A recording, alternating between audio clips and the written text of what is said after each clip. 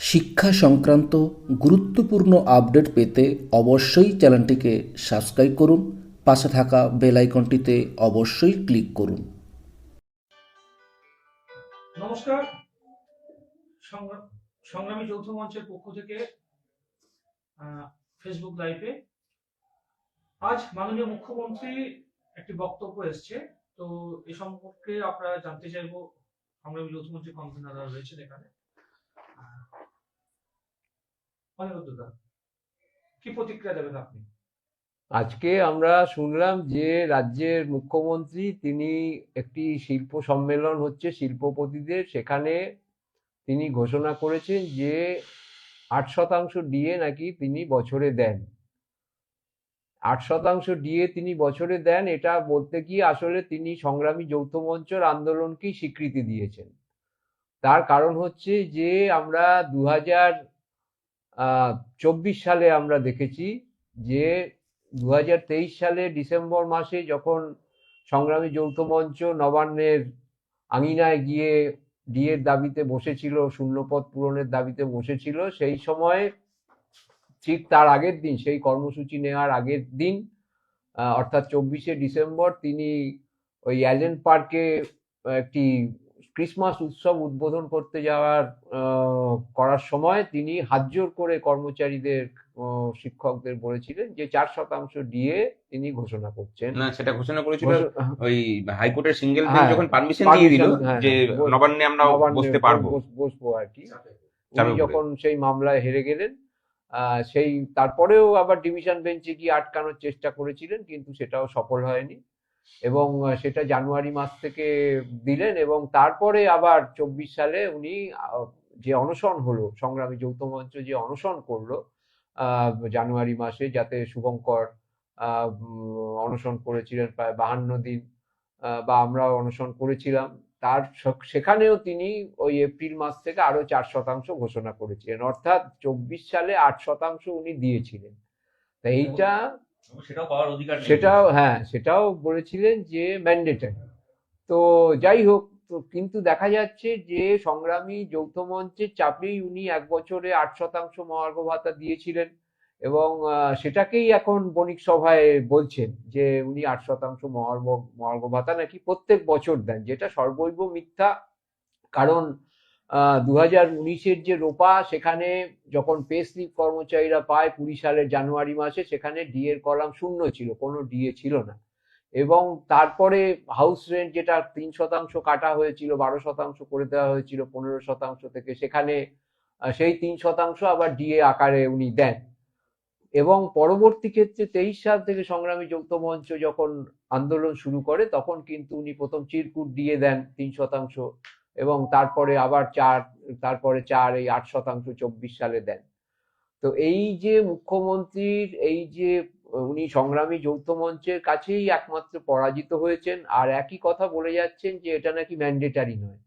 উনি ম্যান্ডেটারি কথাটার অর্থই তো বোঝেন না। উনি বোঝেন যে খালি চপ শিল্পর কথা, চায়ের শিল্পর কথা, কারণ উনি শিক্ষায় বিশ্বাস করেন না। উনি নিজে তাহলে চপ ভেজে চা বিক্রি করে দেখান না, মুখ্যমন্ত্রিত্ব করার তো দরকার আছে বলে মনে হয় না। এই ম্যান্ডেটারি ব্যাপারটা এই জন্যই এখানে আসে যে এআইসিপিআই অনুযায়ী কর্মচারীদের ডিএ দেওয়ার কথা, যেটা রাজ্য সরকার 2009 সালে মেনেছিল এবং যা নিয়ে মামলায় উনি 6বার হেরেছেন, হাইকোর্ট শুদ্ধ, এবং সুপ্রিম কোর্টেও আশা করি আগামী দিনে উনি হারবেন। এবং এই থেকে শিক্ষা নিয়ে উনি আবার 2019-এ এই আমাদের ডিএ এর কলামটাই উনি উড়িয়ে দিয়েছিলেন, অথচ এআইসিপিআই অনুযায়ী কিন্তু, এবং সর্বভারতীয় মূল্যসূচক অনুযায়ী, প্রাইস ইন্ডেক্স অনুযায়ী, প্রাইস বেস ইয়ার অনুযায়ী কিন্তু আমাদের বেতনটা নির্ধারিত হয়েছিল ডিএ কে মার্চ করে। সেই ডিএ গুলোর বকেয়া সম্পূর্ণ মেরে দেওয়া হয়েছে, 4 বছরের বকেয়া। তো সুতরাং এই যিনি মুখ্যমন্ত্রী, যার এই সমস্ত জ্ঞান নেই, তিনি বণিক সভায় এসব বলতে চাইছেন যে এখানে সস্তায় শ্রম পাওয়া যাবে, নিশ্চয়ই ডিএ দিতে হবে না, এটা ডিএ পশ্চিমবঙ্গে শিল্প স্থাপন করলে ডিএ ম্যান্ডেটারি নয়।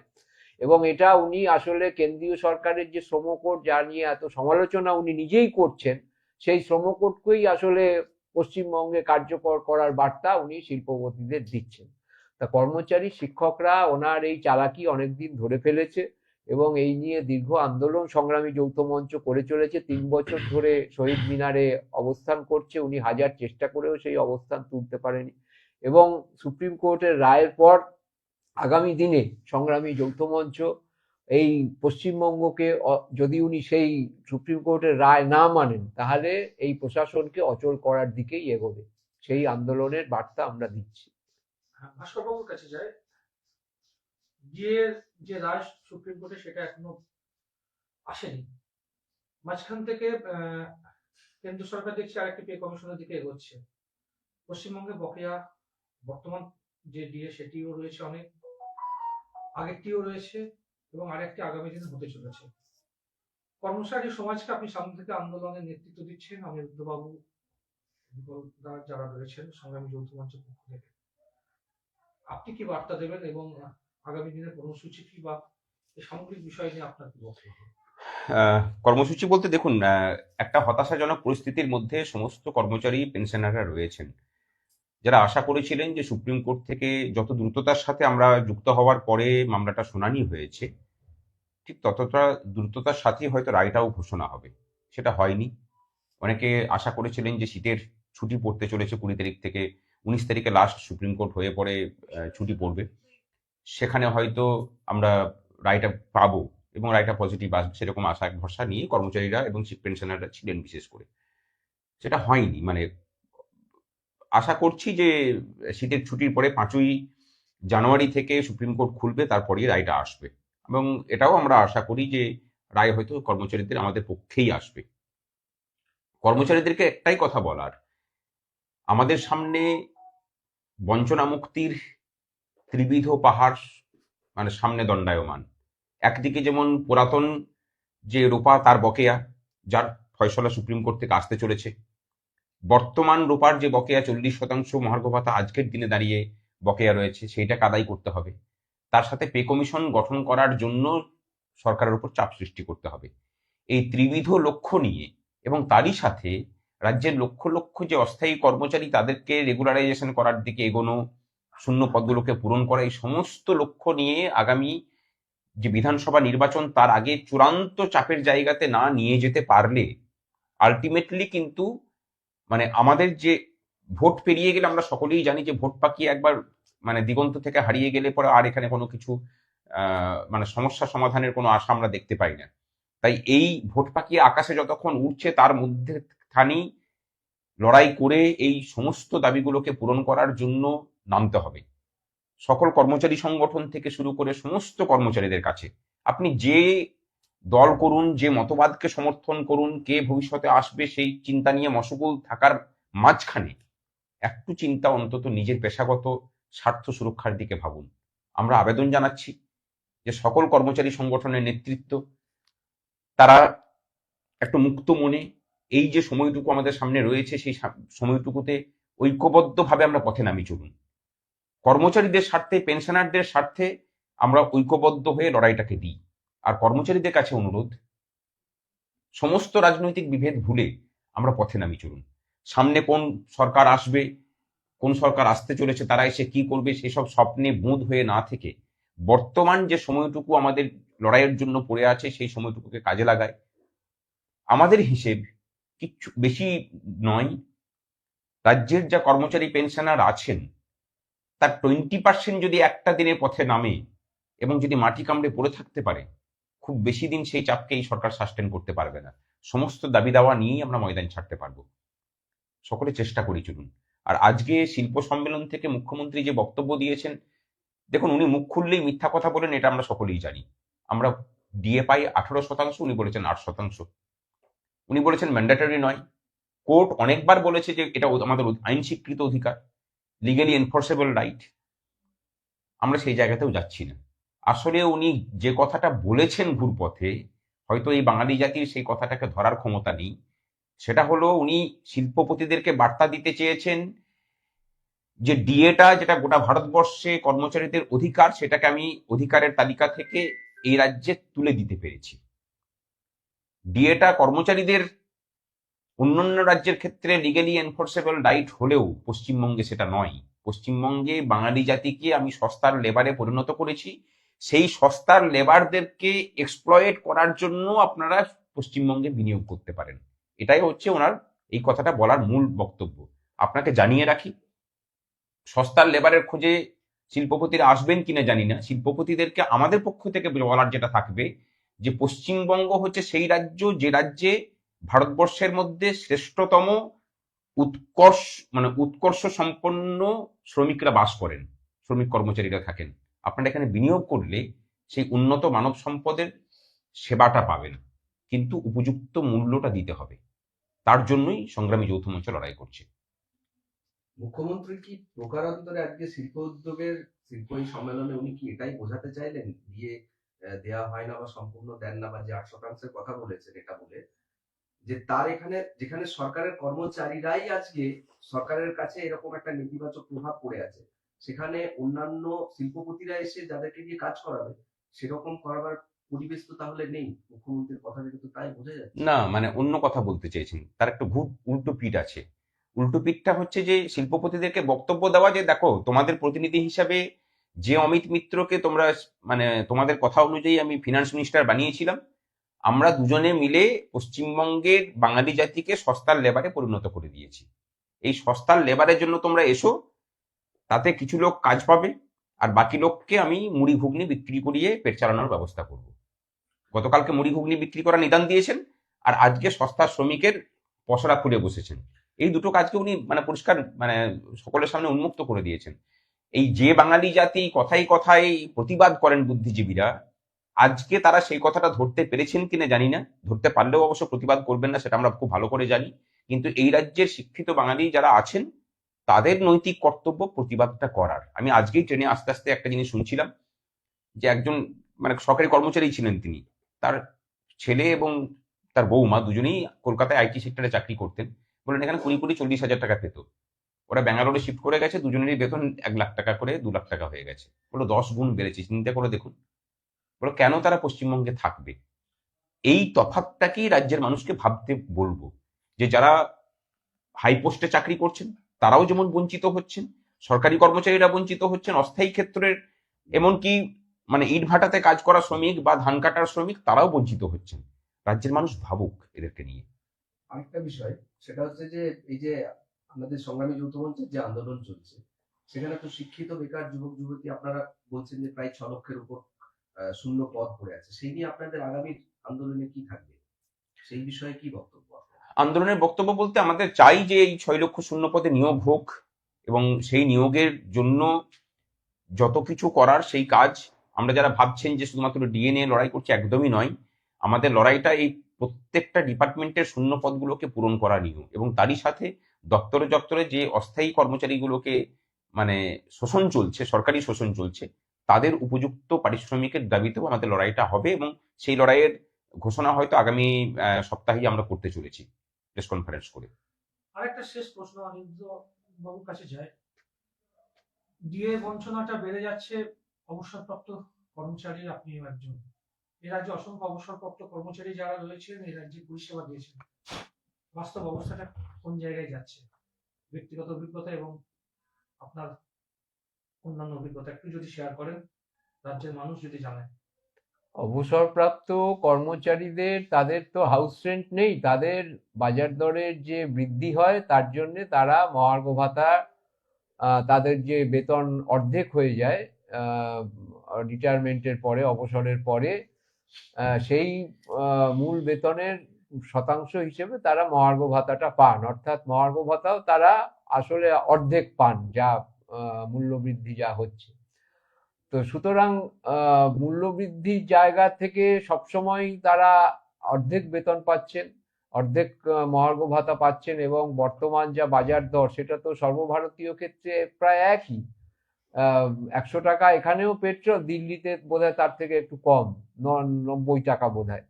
সর্ষের তেল 200 টাকা, ওখানেও 200 টাকা।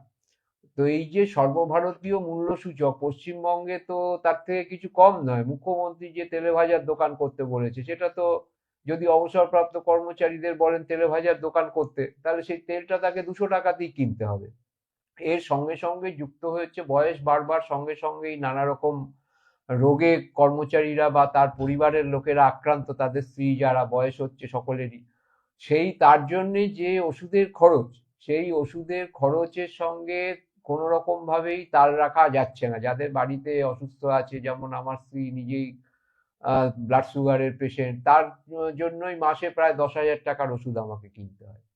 তো সেটা ওষুধের মূল্য বৃদ্ধি পরপর হয়ে যাচ্ছে। এই যে জিএসটি তুলে নেওয়ার নাম করে যেটা হলো, আমার ব্যক্তিগত অভিজ্ঞতা কথা জিজ্ঞাসা করলেন, সেই জন্য বলছি যে কোনো ওষুধের দামই কমেনি, কোনো ওষুধের দামই কমেনি। কার্যক্ষেত্রে ব্যাপারটা একই রয়ে গেছে এবং সেখানেও কোনো রকম সুরাহা এই অবসরপ্রাপ্ত কর্মচারীদের ক্ষেত্রে হয়নি।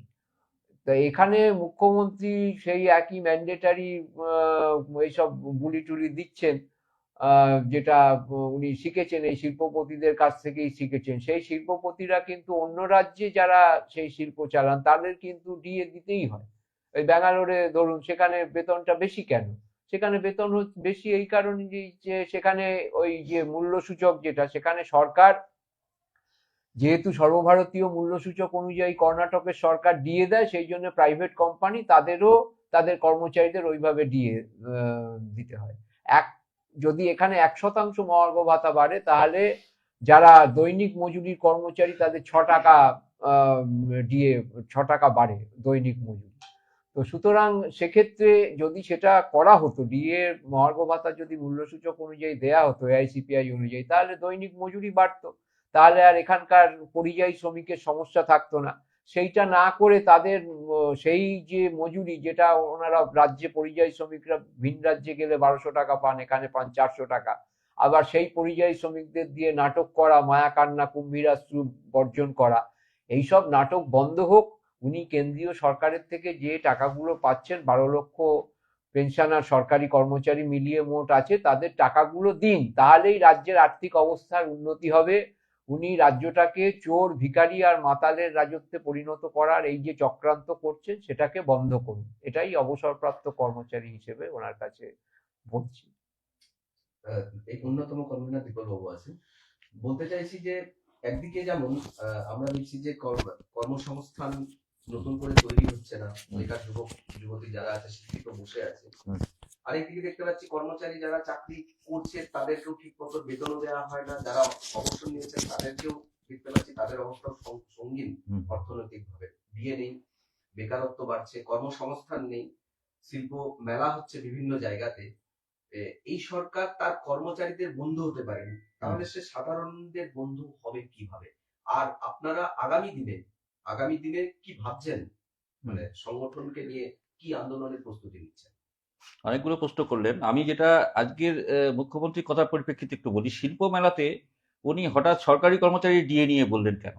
হ্যাঁ, এবং তার মানে শিল্প মেলাতে উনি যে এই রাজ্যের যে ন্যায্য অধিকারই এখানে কর্মচারীদের দিতে হয় না। হ্যাঁ, যে ডিএটা আমি 8% দিচ্ছি, সেটাও তাদের পাওয়ার অধিকার নেই। এটাও হতে পারে যে কর্মচারীদের সংগ্রামী যৌথ মঞ্চ এবং কর্মচারীদের আন্দোলনের চাপে ডিএর ভূত ওনার মাথায়। হ্যাঁ, সেটা ঢুকেছে। প্লাস কিন্তু সেখানেও ওরা উনি জানেন না যে 18%, মানে 8% উনি দিতে চেয়েছিলেন, আমাদের চাপে হয়তো 18 দিচ্ছে। এবং অন্য রাজ্যে যে 58%, 58%, 40% গ্যাপ আছে। সেইটা কিন্তু উনি যে কেন্দ্র সহ বেশিরভাগ রাজ্য যে ন্যায্য অধিকার দিচ্ছে, হ্যাঁ, এখানে ন্যায্য অধিকার দিতে হয় না, এটা উনি বোঝাতে চেয়েছেন। এবং এখানে যেটুকু আমরা পাচ্ছি সেটা হচ্ছে চাপে সরকারি কর্মচারীদের কিছু নিয়ম আছে, যেখানে ওনার শুধু দেওয়ার ব্যাপার আছে, যেমন মানে কিছুটা ভাতার ক্ষেত্রে যে জায়গাটা ওনার জায়গা আছে, সেই জায়গাটা উনি কতটা বঞ্চিত করছেন। হ্যাঁ, তাদেরকে দেখা যাচ্ছে যে 10,000, 12,000, 8,000, এই যেটা অন্য রাজ্যে ভাবা যায় না। তাহলে ওনার যেখানে দেওয়ার বিষয় আছে সেইখানে উনি কিন্তু তাদেরকে যতটা সম্ভব বঞ্চিত করছেন, যেখানে চাপ নেই অন্য দিক থেকে বা কোনো নিয়মের চাপ নেই। তাহলে এই হচ্ছে রাজ্যের পরিস্থিতি। এবং আমরা সেই জন্য যেটা আমরা যেগুলো যারা ন্যায্য বেতনের জন্য যারা যোগ্য আছে, অস্থায়ী কর্মচারী যারা আছে, তাদের জন্য আমরা কিন্তু দাবি সেই জন্য রেখেছি। এবং যে ন্যায্য অধিকার আমরা যে ডিএর আন্দোলনে যে আমরা পাওয়ার যে এটা করছি, সেটা পেলে একটা অধিকার থেকে সমস্ত অধিকারই দিতে বাধ্য হবে। সবাইকে আমরা একজোট করতে চেষ্টা করব। যারা এখনো সুবিধাজনক, তারা হয়তো অসুবিধাজনক আছে, তাদেরকে সেই জায়গায় আনতে বাধ্য করবো। 6 লক্ষ সরকারি কর্মচারী পদ পূরণ হয়নি, ভ্যাকেন্সি আছে, সেই জায়গাটা আমরা সে যে ভাতা দিয়ে ভাতার মাধ্যমে আমি কোনো কর্মসংস্থান তৈরি করছি না, শুধু ভাতা দিয়ে চলে যাচ্ছে, এটা কিন্তু রাজ্যের মানুষ আস্তে আস্তে বুঝছে যে রাজ্যে ঠিক আছে ভাতা দিক, কিন্তু আপনি কর্মসংস্থান যেখানে তৈরি করার জায়গা আছে সেটা পূরণ করে তারপরে করুন। আপনি 6 লক্ষ পদ ফাঁকা রাখছেন, যে সেই টাকা দিয়ে ভাতা দিয়ে আপনি সাচ্ছেন, দাতা সাচ্ছেন, এটা তো হতে পারে না। তাই সেই জায়গা থেকে আমরা সংগ্রামী যৌথ মঞ্চ আগামী দিনে সমস্ত মানুষের কাছে আমরা বার্তা যাচ্ছে, আমরা